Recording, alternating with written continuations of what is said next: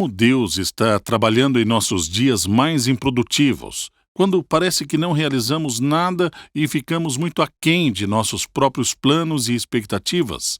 Isso leva à pergunta de hoje sobre como é a eficiência em primeiro lugar. Uma pergunta muito boa de uma ouvinte chamada Melinda. Olá, Pastor John. Você uma vez encerrou seus comentários com esta frase: as prioridades de Deus para a eficiência nesta vida não são nossas.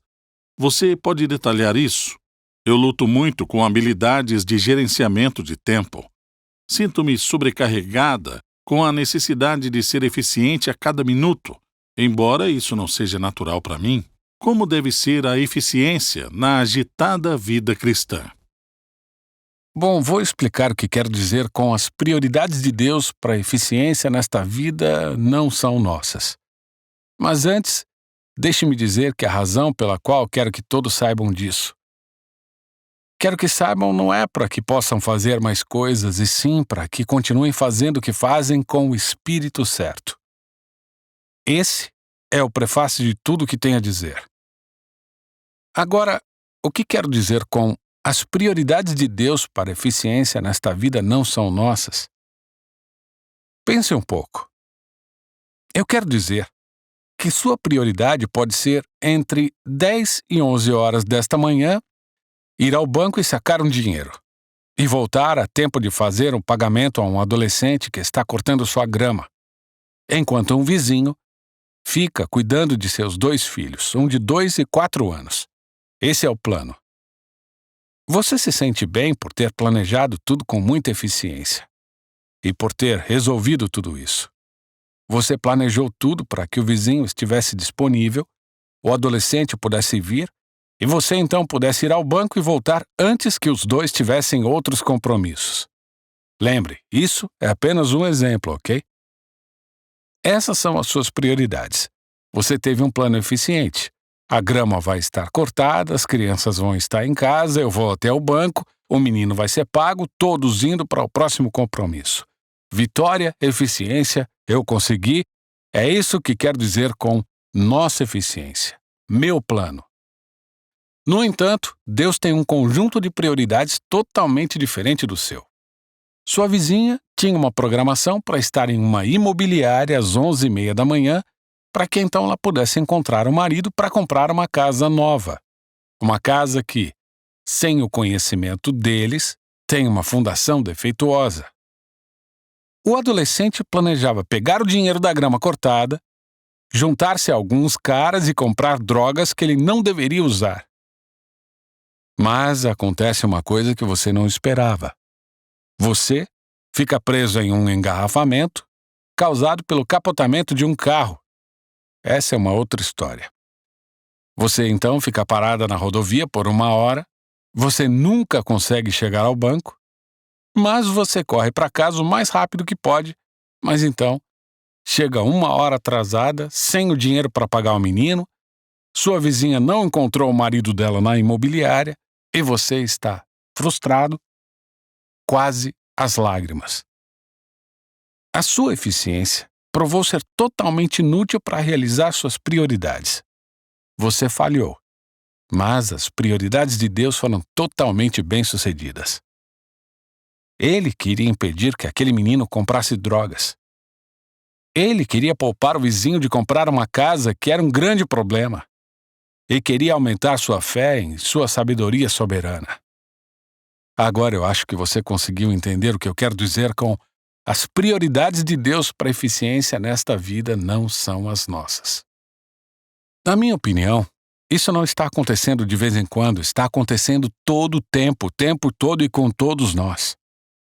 Porque quando você lê a Bíblia, você vê em praticamente todos os livros a história de Deus fazendo coisas que não são do jeito que os humanos as fariam, ou que os humanos gostariam que fossem feitas.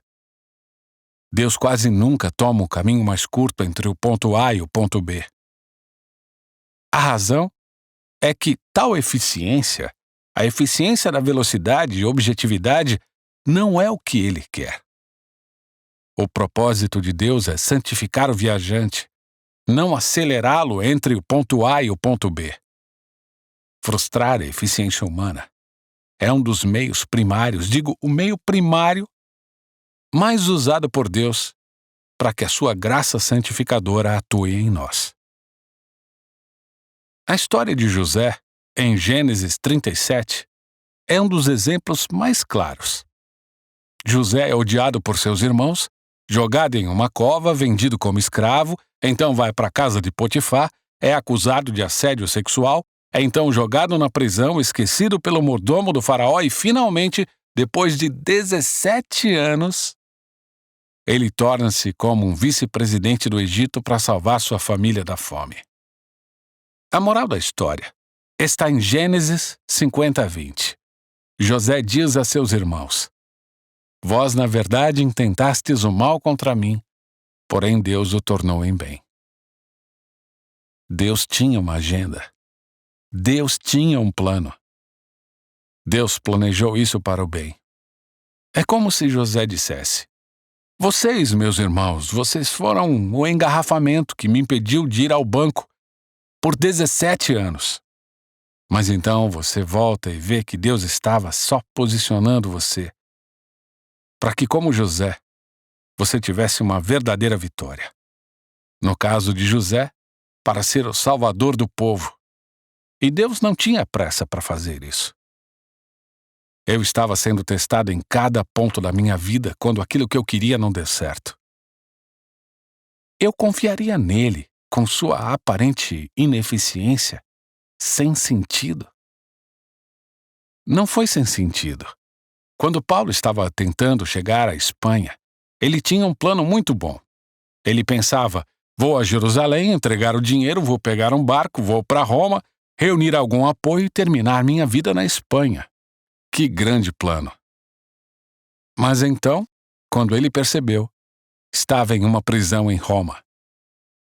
E o que foi que ele disse? Vemos isso em Filipenses 1:12 e 13, eu vou ler para você agora. Paulo diz: Quero ainda, irmãos, cientificar-vos de que as coisas que me aconteceram têm, antes, contribuído para o progresso do Evangelho, de maneira que as minhas cadeias em Cristo se tornaram conhecidas de toda a guarda pretoriana e de todos os demais. Filipenses 1:12 e 13. As prioridades de Paulo para chegar com eficiência à Espanha foram destruídas. Mas os propósitos de Deus de evangelizar a guarda imperial em Roma permaneceram no caminho certo. E então, aqui está a resposta para a nossa pergunta de hoje. De qualquer forma, faça você uma lista de tarefas do seu dia. Torne-se o melhor que puder, priorize sua lista. Obtenha as primeiras coisas primeiro. Faça o seu plano, faça o melhor que puder, vá em frente e leia um livro sobre isso. Se organize. Mas em seguida, caminhe na paz e na liberdade de que, quando tudo for despedaçado nas rochas da realidade, o que acontece na maioria das vezes, na maioria dos dias, e com todos nós, você vai lembrar que não está sendo medido por Deus pelo quanto você faz.